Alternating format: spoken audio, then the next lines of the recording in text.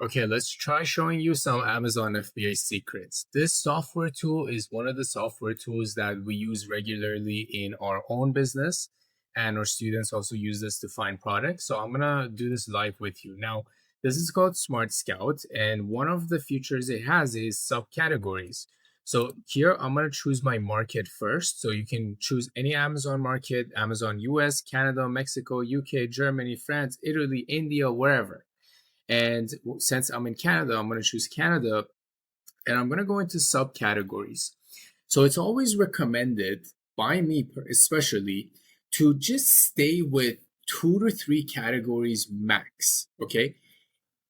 It takes time when you go into each category to learn it, know how to find those good products in that category, what are the challenges of that category, and how to become an expert in that category. And if you keep changing things, like let's say, for example, you're in toys and games, which does $250 million per month on Amazon. That's the estimated monthly revenue that Smart Scout gives us for toys and games on Amazon Canada is $250 million per month in sales. And 67% of it is done by third party sellers like me and you, if you sell on Amazon.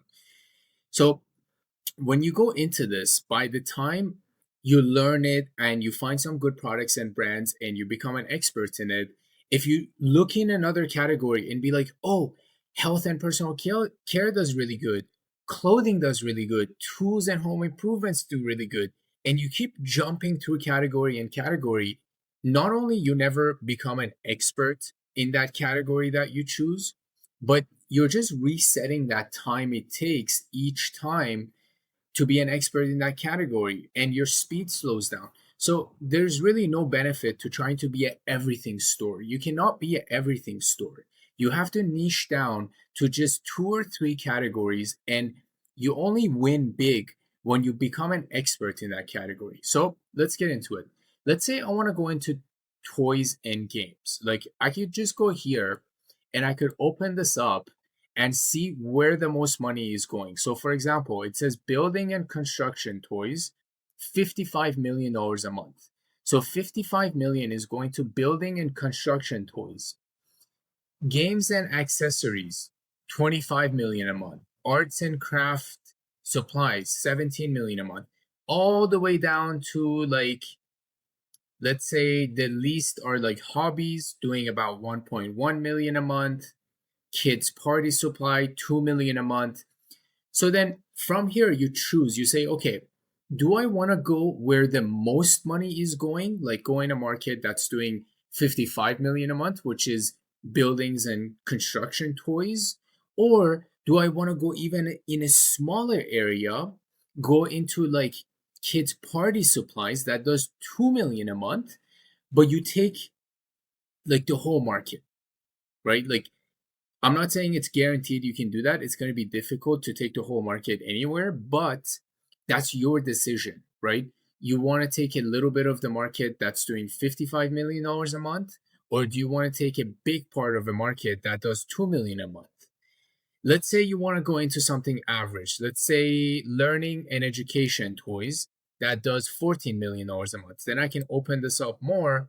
And here is early development science toys, 4 million a month.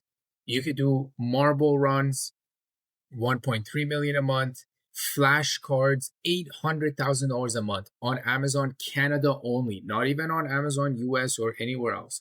Just Amazon Canada is doing $800,000 a month in sales, doing flashcards. So I'm very interested in this, which is early development science toys. That's doing $4 million a month. So then I'll open this and go to the dashboard, and I can see a ton more details. I can see the number of brands. Um, so out of this $4 million a month, it's the number of brands in this category is 354. There's a little bit over 1,000 different products that are being sold.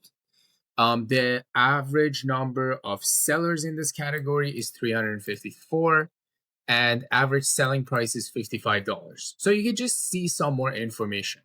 Now, I can even go to brands and see what brands in this category are doing most of the money, most of the sales, and then I can start approaching those brands, right? So I can see Blue Marble, which is a brand, is doing $1.1 million a month. This one is doing $310,000 a month. This one is doing $265,000 a month. Now, this data is not 100% accurate, but it's good enough for us to be able to make good decisions. We're not basing our decisions purely on this information. We're using this information plus our own training, knowledge, information, experience, all of that to then make the final decision ourselves.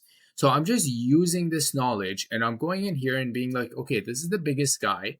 And the average number of sellers is four, meaning it's not a private label. Like the brand is most likely not selling their own product dominantly. So then I'll open this and I can even see their products. So I can even break this down more and be like, okay, well, in that brand, like here's the kind of the products. So the first one here, this one product on Amazon Canada does estimated $245,000 a month on Amazon Canada.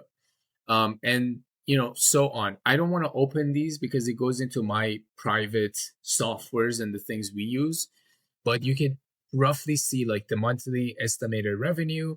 You can see the monthly estimated monthly units sold. I mean, this sells like over 3,000 units per month. Um, and you can see kind of more information, FBA sellers, which is two here, Amazon in stock rates, and just some more information. And once you decide on the brand, then you can search it online and you can reach out to them or their supplier and become an authorized distributor to then be able to sell them on Amazon and even beyond Amazon. So this is one way we find products that we can add to our portfolio in our Amazon business.